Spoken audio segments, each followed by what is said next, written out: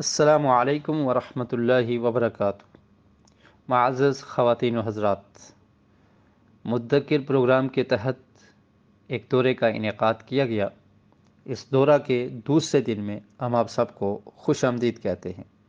ہمارے اس دورے کا عنوان ہے سورۃ الانعام میں ایمانی مسائل۔ ایمانی مسائل میں سب سے پہلے اللہ پر ایمان لانا، الایمان باللہ، اللہ پر ایمان لانا، اور اس میں ہم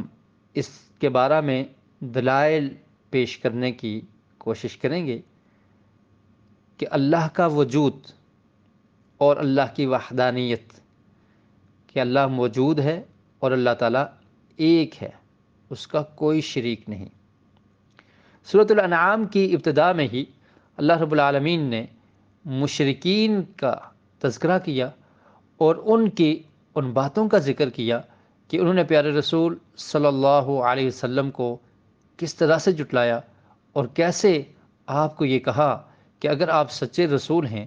تو آپ کے ساتھ ایک فرشتے کا نازل ہونا ضروری ہے جو آپ کی تصدیق کرے۔ ایک فرشتہ نازل ہو تو تب ہم آپ کی بات کو مانیں گے۔ اور کبھی وہ اس طرح سے کہنے لگے کہ اللہ نے آپ کو نبی اور رسول کیوں بنا کر بھیجا؟ اللہ کو چاہیے تھا کہ اللہ تعالیٰ فرشتے کو نبی بنا کر بھیجتے۔ سورہ انعام کی آیت نمبر 8 میں اللہ تعالیٰ نے اس چیز کا ذکر کیا، وَقَالُوا لَوْلَا أُنزِلَ عَلَيْهِ مَلَكٌ وَلَوْ أَنزَلْنَا مَلَكًا لَقُضِيَ الْأَمْرُ ثُمَّ لَا يُنظَرُونَ، کہ وہ ایسے کہتے تھے کہ اللہ تعالیٰ نے فرشتے کو نبی بنا کر کیوں نہیں بھیجا۔ اور اس طرح سے پیارے رسول صلی اللہ علیہ وسلم کا وہ مذاق بنایا کرتے تھے۔ اللہ رب العالمین نے اپنے پیارے حبیب صلی اللہ علیہ وسلم کو تسلی دینے کے لیے ارشاد فرمایا، وَلَقَدِ اسْتُهْزِئَ بِرُسُلٍ مِّن قَبْلِكَ فَحَاقَ بِالَّذِينَ سَخِرُوا مِنْهُم مَّا كَانُوا بِهِ يَسْتَهْزِئُونَ۔ آیت نمبر 10 ہے کہ اگر یہ آپ کے ساتھ فرشتے کے اتارنے کا مطالبہ از راہ مذاق کر رہے ہیں تو پہلی امتوں نے بھی اپنے رسولوں کا مذاق اڑایا، پھر اس عذاب نے انہیں گھیر لیا جس کا وہ انکار کرتے تھے، اور جب انہیں اس سے ڈرایا جاتا تھا تو اس کا مذاق اڑاتے تھے۔ تو فرمایا کہ ان سے پہلے، آپ سے پہلے بھی رسول گزرے ہیں جن کا اس طرح سے مذاق بنایا گیا ہے۔ اور پھر آیت نمبر 11 میں اللہ تعالیٰ نے ارشاد فرمایا، قُلْ سِیرُوا فِی الْأَرْضِ ثُمَّ انظُرُوا کَیْفَ کَانَ عَاقِبَةُ الْمُکَذِّبِینَ، کہ اے رسول صلی اللہ علیہ وسلم، ان جھٹلانے اور مذاق کرنے والوں سے کہہ دیں زمین میں چلو پھرو، پھر غور و فکر کرو کہ اللہ کے رسولوں کو جھٹلانے والوں کا انجام کیا ہوا۔ ان کی طاقت اور عزت کے باوجود اللہ کے عذاب نے انہیں آ پہنچا۔ تو اس میں مشرکین کو یہ بتانا مقصود تھا کہ اللہ تعالیٰ اکیلا ہی معبود ہے اور وہ موجود ہے۔ جو لوگ اللہ پر ایمان لاتے ہیں اللہ تعالیٰ ان سے بھی باخبر ہے، اور جو تکذیب کرتے ہیں اللہ تعالیٰ ان کی حرکتوں کو بھی جانتا ہے۔ تو تم لوگ باز آ جاؤ، تم نے اللہ کے علاوہ ہزاروں معبود بنا رکھے ہیں، یہ سب معبودان باطلہ ہیں، ان کی کوئی حیثیت نہیں ہے۔ اللہ تعالیٰ اکیلا ہے، وہ واحد ہے، وحدہ لا شریک ہے، اس کا کوئی شریک نہیں۔ اور یہ دلائل ہیں کہ اللہ تعالیٰ موجود ہے، تمہاری حرکتوں کو جانتا ہے، جو رسول کی تکذیب کرتے ہیں ان کو سزا دینے پر قادر ہے۔ اور پھر فرمایا دلیل کے طور پر کہ اللہ کے وجود پر یہ آیت دلالت کرتی ہے، قُلْ سِیرُوا فِی الْأَرْضِ، زمین میں چلو پھرو اور پھر دیکھو کہ وہ لوگ جنہوں نے رسولوں کی تکذیب کی اللہ نے ان کا کیا حشر کیا، کیسے ان پر عذاب آیا، اور اگر تم باز نہ آؤ گے تم پر بھی ایسے ہی عذاب آ سکتا ہے۔ تو یہ آیت اس بات کی دلیل ہے کہ اللہ کا وجود ہے، اللہ موجود ہیں، اور اللہ رب العالمین وحدہ لا شریک ہیں، ان کا کوئی شریک نہیں۔ اور پھر اس سے اگلی آیت میں اللہ رب العالمین نے ارشاد فرمایا، قُلْ لِمَن مَّا فِی السَّمَاوَاتِ وَالْأَرْضِ قُلْ لِلَّهِ كَتَبَ عَلَى نَفْسِهِ الرَّحْمَةَ لَيَجْمَعَنَّكُمْ إِلَى يَوْمِ الْقِيَامَةِ لَا رَيْبَ فِيهِ الَّذِينَ خَسِرُوا أَنفُسَهُمْ فَهُمْ لَا يُؤْمِنُونَ۔ فرمایا کہ اے پیارے رسول صلی اللہ علیہ وسلم، ان سے پوچھیں آسمانوں کی بادشاہی کس کے پاس ہے، زمین کا اقتدار کس کے پاس ہے، اور ان دونوں کے درمیان جو کچھ ہے اس کا حاکم کون ہے؟ کہہ دیں ان سب کی بادشاہی اللہ کے پاس ہے، اس نے اپنے بندوں پر فضل و احسان کرتے ہوئے مہربانی کرنا اپنے اوپر لازم ٹھہرا لیا ہے، اس لیے وہ ان کی توبہ نہ کرنے کے باوجود بھی انہیں جلد سزا نہیں دیتا۔ اللہ تعالیٰ ان سب کو قیامت کے دن اکٹھا کرے گا، جس دن میں کوئی شک نہیں جن لوگوں نے اللہ کے ساتھ کفر کر کے خود کو خسارے میں ڈال لیا وہ ایمان نہیں لاتے کہ اس طرح وہ اپنے آپ کو خسارے سے بچا لیں۔ ایمان لائیں گے تو خسارے سے بچ جائیں گے، انہوں نے اپنے آپ کو خسارے میں ڈال دیا۔ تو اس آیت میں اللہ رب العالمین نے رسول مکرم صلی اللہ علیہ وسلم سے فرمایا کہ آپ ان سے پوچھئے کہ آسمانوں کی بادشاہی کس کے پاس ہے، زمین کا اقتدار کس کے پاس ہے؟ یہ اللہ کے وجود پر یہ دلالت کر رہی ہیں یہ چیزیں، یہ آسمان، یہ زمین اور آسمانوں کی بادشاہی، زمین کا اقتدار اور زمین پر اسی رب کا نظام چل رہا ہے۔ آسمان و زمین کے درمیان جو کچھ ہے اس کا حاکم وہی ہے، اسی کی بادشاہت ہے، اور وہ اپنے بندوں پر فضل و احسان کرنے والا ہے۔ اور اس میں اللہ تعالیٰ کی صفات کا بھی ذکر ہے، اللہ کا وجود، اللہ موجود ہے، وہ اکیلا ہے، وہی پوری کائنات کا حاکم اور بادشاہ ہے، اور اس کی صفت رحمت کا ذکر ہے، کتب علی نفسہ الرحمہ، کہ اس نے اپنی رحمت کو اپنے اوپر لازم کر دیا ہے، اور اس رحمت کے ذریعے لوگوں پر فضل و احسان کرتا ہے، ان کے گناہوں کی باوجود بھی ان کو سزا نہیں دیتا۔ لیکن قیامت کے دن لَيَجْمَعَنَّكُمْ إِلَى يَوْمِ الْقِيَامَةِ لَا رَيْبَ فِيهِ، قیامت کے دن تمہیں جمع کیا جائے گا جس دن میں کوئی شک نہیں، اور جو لوگ ایمان نہیں لائیں گے وہ ناکام رہیں گے۔ تو اس آیت میں اللہ تعالیٰ کے وجود، اللہ تعالیٰ کی وحدانیت اور اس کی صفات میں سے صفت رحمت کا بھی ذکر ہے، اور اس کی قدرت کا بھی اثبات ہے کہ اللہ تعالیٰ کس قدر قادر ہے، قدرت رکھنے والا ہے، اور زمین و آسمان کی حاکمیت اسی کے پاس ہے، اس کی طاقت اور قوت کا مظہر بھی اس آیت میں موجود ہے۔ اور آیت نمبر 13 میں اللہ نے ارشاد فرمایا وَلَهُ مَا سَكَنَ فِي اللَّيْلِ وَالنَّهَارِ وَهُوَ السَّمِيعُ الْعَلِيمُ، فرمایا دن اور رات میں موجود ہر چیز پر اکیلے اللہ کی بادشاہت ہے، اور وہ ان کے اقوال کو خوب سننے والا اور ان کے افعال کو خوب جاننے والا ہے، اور جلد ان پر انہیں جزا دے گا۔ اللہ رب العالمین زمین، دن اور رات میں موجود ہر چیز پر وہ اکیلا ہی بادشاہ ہے۔ اور پھر آیت نمبر 14 میں اللہ تعالیٰ نے ارشاد فرمایا قُلْ أَغَيْرَ اللَّهِ أَتَّخِذُ وَلِيًّا فَاطِرِ السَّمَاوَاتِ وَالْأَرْضِ وَهُوَ يُطْعِمُ وَلَا يُطْعَمُ قُلْ إِنِّي أُمِرْتُ أَنْ أَكُونَ أَوَّلَ مَنْ أَسْلَمَ وَلَا تَكُونَنَّ مِنَ الْمُشْرِكِينَ۔ فرمایا اے رسول صلی اللہ علیہ وسلم ان مشرکوں سے کہہ دیں جو اللہ کے ساتھ بتوں وغیرہ کی پوجا کرتے ہیں۔ مشرکین نے بہت سارے بت بنا رکھے تھے، اللہ تو اکیلا ہی عبادت کے لائق ہے، اس کا کوئی شریک نہیں، اس کا کوئی ثانی نہیں۔ تو فرمایا کہ ان سے کہہ دیں کیا یہ بات عقل میں آتی ہے کہ میں اللہ کے سوا کسی اور کو مددگار بناؤں جس سے میں دوستی کروں اور مدد مانگوں، حالانکہ اللہ وہ ذات ہے جو آسمانوں اور زمین کو بغیر کسی پچھلے نمونے کے بنانے والی ہے۔ فاطر کا مطلب ہے کہ بغیر کسی پچھلے نمونے کے بنانے والی ہے، ان کی تخلیق کی مثال اس سے پہلے نہیں ملتی۔ وہی ہے جو اپنے بندوں میں سے جسے چاہتا ہے رزق دیتا ہے، اس کے بندوں میں سے کوئی اسے رزق نہیں دیتا، وہ کھلاتا ہے، وَهُوَ یطعم، وہ کھلاتا ہے، ولا یطعم، اسے نہیں کھلایا جاتا، اسے رزق نہیں دیا جاتا، وہ اپنے بندوں میں سے جس کو چاہتا ہے اس کو رزق دیتا ہے۔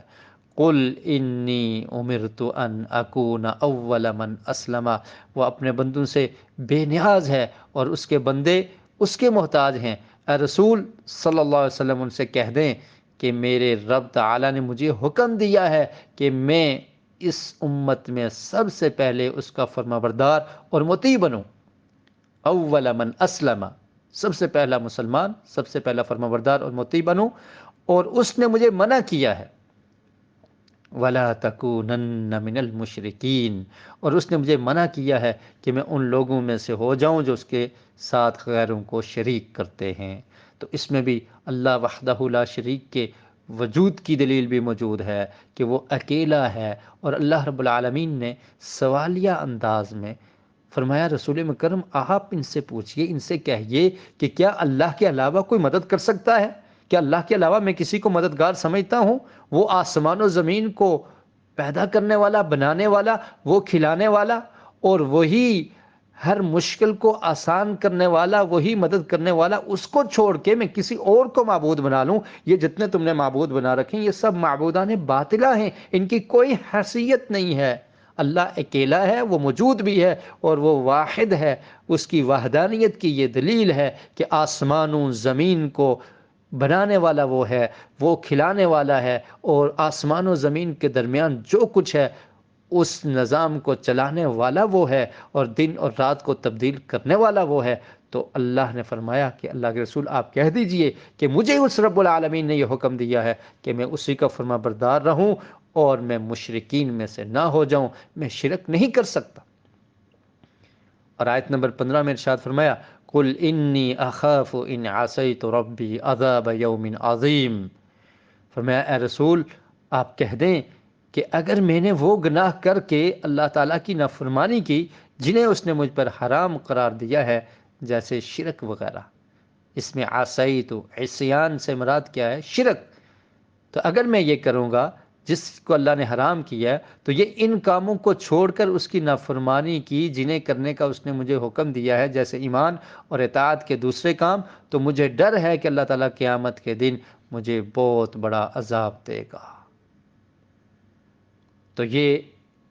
آیت بھی اس چیز پر دلالت کرتی ہے کہ اللہ تعالیٰ وحدہ لا شریک ہے، اللہ نے شرک سے روکا ہے، اور جو شرک کرے گا اللہ تعالیٰ اس کو عذاب دے گا۔ اور پھر اللہ تعالیٰ کی قدرت کا اندازہ اس سے اگلی آیت میں آپ اس کو پڑھ کر لگا سکتے ہیں کہ اللہ رب العالمین کی صفت رحمت کا بھی ذکر ہے آیت نمبر 16 میں، اور اس کے بعد آیت نمبر 17 میں اللہ تعالیٰ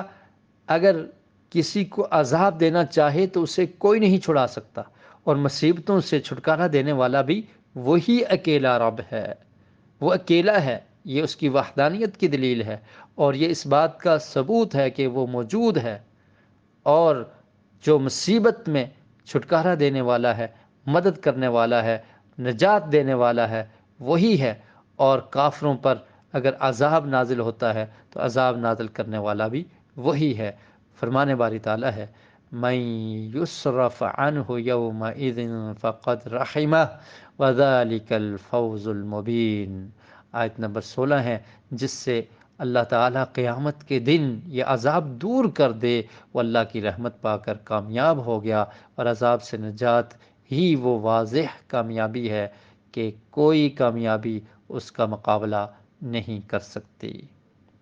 اور آیت نمبر 17 میں ارشاد فرمایا وَإِن يَمْسَسْكَ اللَّهُ بِضُرٍّ فَلَا كَاشِفَ لَهُ إِلَّا هُوَ وَإِن يَمْسَسْكَ بِخَيْرٍ فَهُوَ عَلَى كُلِّ شَيْءٍ قَدِيرٌ، کہ اے ابن آدم اگر تجھ پر اللہ کی طرف سے کوئی آزمائش آ جائے تو اسے اللہ کے سوا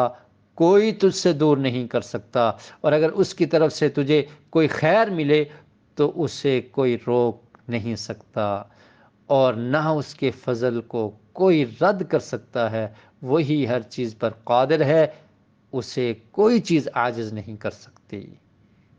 اگر کوئی مصیبت آ جائے تو مصیبت سے چھٹکارا دینے والا بھی وہی ہے،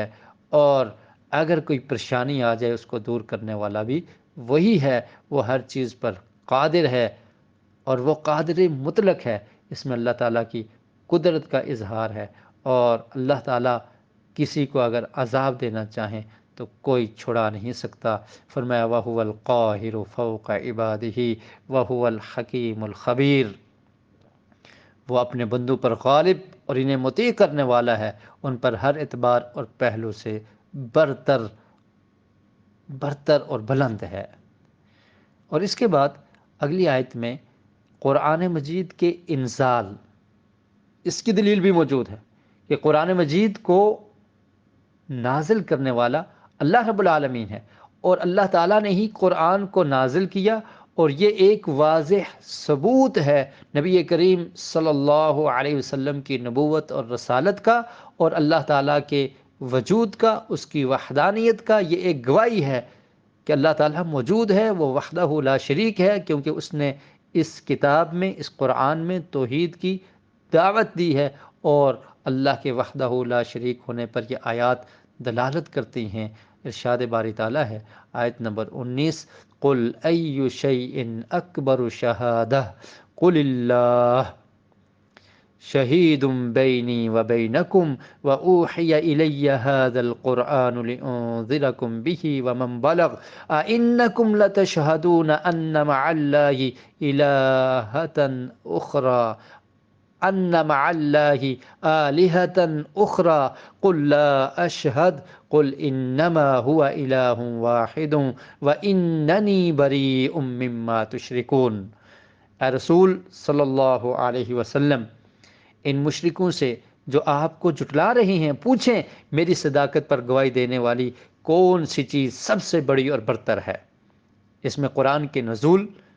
اس کی دلیل بھی موجود ہے، اور مشرکین سے یہ پوچھا گیا کہ میری صداقت پر گواہی دینے والی کون سی چیز سب سے بڑی اور برتر ہے، اور پھر فرمایا کہ ان سے کہہ دیں میری صداقت پر اللہ تعالیٰ سب سے عظیم اور برتر گواہ ہے، اللہ تعالیٰ سے بڑا کوئی گواہ نہیں،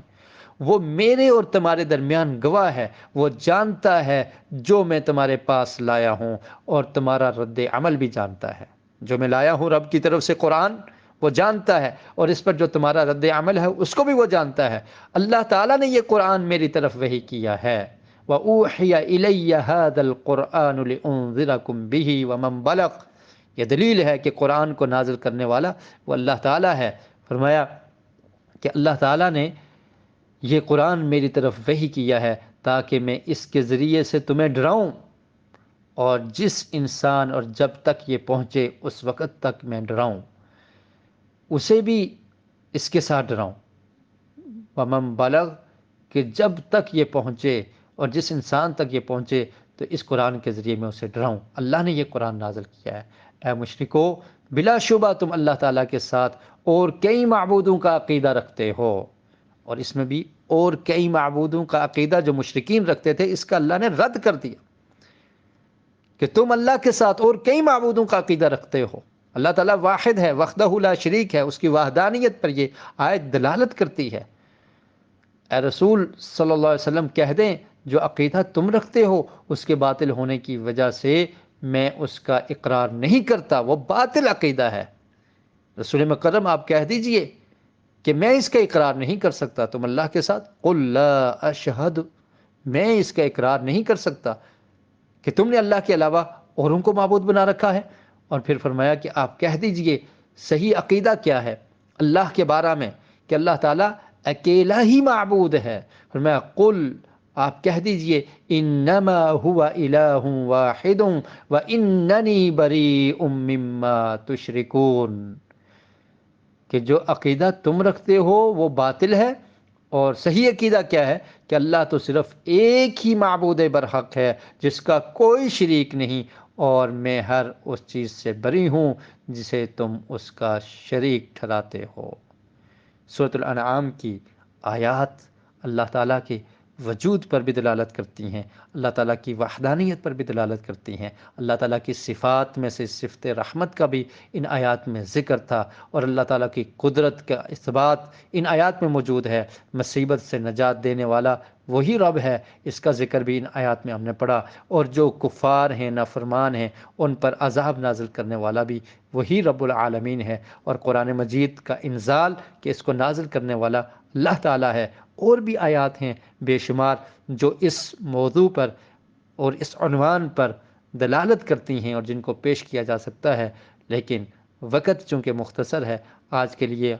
ہم اسی پر اکتفا کرتے ہیں۔ اللہ رب العالمین ہمیں قرآن مجید کو پڑھنے کی، سمجھنے کی اور اس پر عمل کی توفیق نصیب فرمائے۔ وآخر دعوانا ان الحمد للہ رب العالمین۔